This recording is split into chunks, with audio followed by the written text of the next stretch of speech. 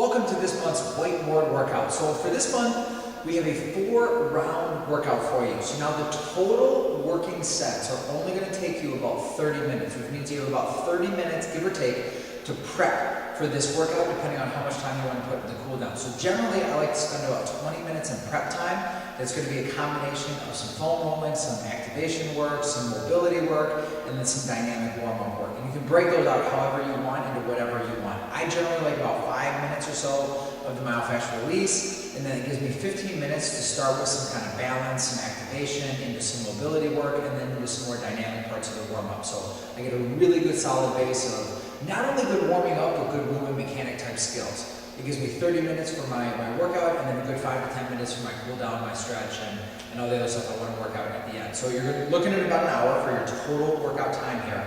Again, we have 4 rounds. Each round is going to be 7 minutes. There's going to be 2 exercises per round, and they will just keep going from exercise 1 to exercise 2, back and forth for 7 minutes. Now, this works best in partners or pairs, where partner 1 is on exercise 1, partner 2 is on exercise 2, and they switch when they're both done. Not when just one finishes, but when they're both done. Because some of the exercises are going to be very fast and dynamic, and they're going to be paired with some that are a little bit slower. So that means that one partner is going to be done before the other, so there's some built-in rest time in there. Because we're only taking 1 minute between rounds. So once they've done a 7-minute round, they only have 1 minute to get to the next pair of exercises and go into the next round. So we're trying to build the rest into the rounds with the way that we're pairing the exercises. So let's take a look at our different rounds. For our first one, we're going to start off on the rip trainer and the surge. Now on the rip trainer, we're going to do an offset position press. So this is a high tension load, high rotary, lots of core stability going on in this press. I'm going to start with my base hand palm down in zone 1 and my power hand palm down on zone 3. I'm going to assume about a shoulder width, maybe a little bit wider stance, low into that stance, as much tension as I can handle, and pressing the bar away, slow and controlled, 8 on the right, 8 on the left. Then I'm going to go over to the surge where my partner is finished, and I'm going to do a stutter step or a 2-step lateral sweep. The goal with the lateral sweep is to keep good movement in the frontal plane, so think of like a pendulum on a clock, swinging back and forth, but I am rotating the rib cage, rotating the shoulders, making sure the bottom hand sweeps across low as the top shoulder opens up a little bit, but keeping that nice consistent track. Now as that water sloshes around the pipe, it's going to make it hard to keep that movement consistent, therefore it lies the challenge.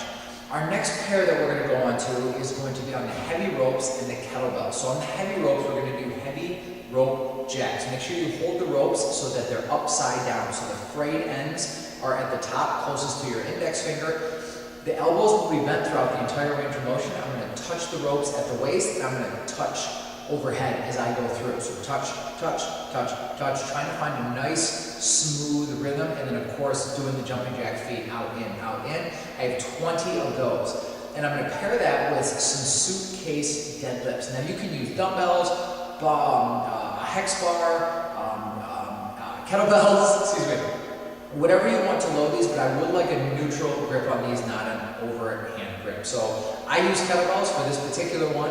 You're going to load them as heavy as they can while maintaining a neutral spine. We are hinging at the hips, sitting down and back into the hips, squeezing the glutes to extend the hips, and just finishing tall, not pressing the shoulders out back behind the body and overextending the lower back. I have 12 of those, so 20 of the ropes and 12 of the suitcase deadlifts. Then I'm going to go over, we're going to do a depth jump with an optional box jump. So the depth jump is the focus of this exercise. I'm focusing on deceleration and landing. If it's a higher level client or a higher level athlete, they've got good deceleration mechanics, we're going to look on more elasticity and energy storage, where we're trying to get that ground force reaction, we're pouncing off the ground to get onto the next box. So more early level progression is I'm just going to start on top of the box. Now I'm going to be using BOSUs, dome side down, on the BOSU stacks. I think they're really versatile and they're great for this, but you can use boxes, plyo boxes, benches, whatever else you want to use.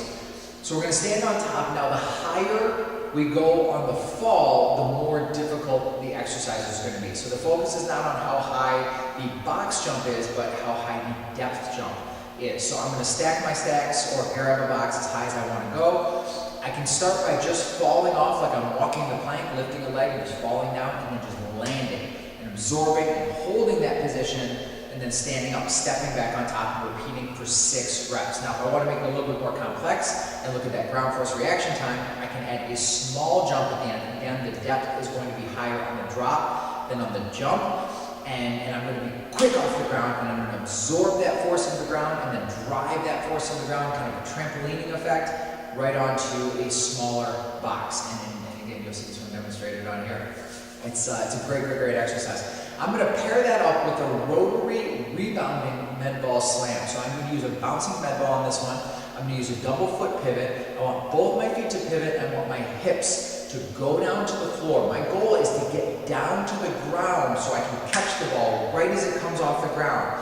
Carry it as high as I can overhead, and then slam it back down on the other side. Again, lowering down through the hips with a tall spine so I can catch the ball and then take it back overhead. So I want to get the ball as quick as I can, so I'm carrying the ball through that arcing motion. I'm not letting it bounce and come way back up off the ground in order to finish every single rep. I'm going to do 16 of those, so 8 on each side. So I got 6 on the box jumps or the depth jumps, and then I have 8 each side for a total of 16 on the med ball. Our final station is we're going to do a figure 8 drill with the cones. Now, we've done this drill before.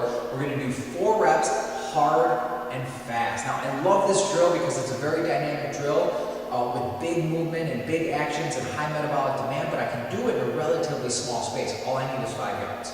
So I want to make sure that I start on the outside of one cone, cross over the middle, come around the cone, cross over the middle, and I'm trying to keep nice, tight, straight lines and not big bowing lines. I want aggressive arm action, big aggressive arm action, great acceleration, and then great deceleration coming into each one of those turns. I have 4. Down and back equals 1. I need 4.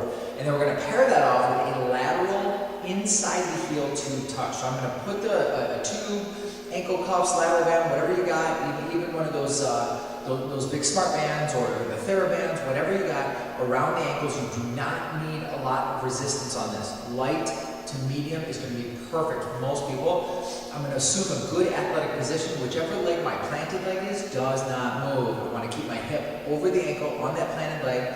I'm going to extend my moving leg, touch the inside of the heel to the ground with the toe dorsiflex, they're pointing forward, and then bring it back to that athletic stance. Touch the heel, bring it in, touch the heel, bring it in. Again, trying not to move the planted leg. I don't want to shift my weight off the planted leg. I want to keep it on as I touch and move back in. I have 12 on each leg. So that's a great combination. You're done with the cones very quick. You're going to be out of breath. You're going to get time to recover while your partner's finishing up on those lateral touches, and then you'll switch. So again, each one is 7 minutes, back and forth. Just keep going between those 2 exercises as many times as you can. So thank you again for joining me this month for the whiteboard workout. I always appreciate you guys when you check these out, and I hope you really enjoy them.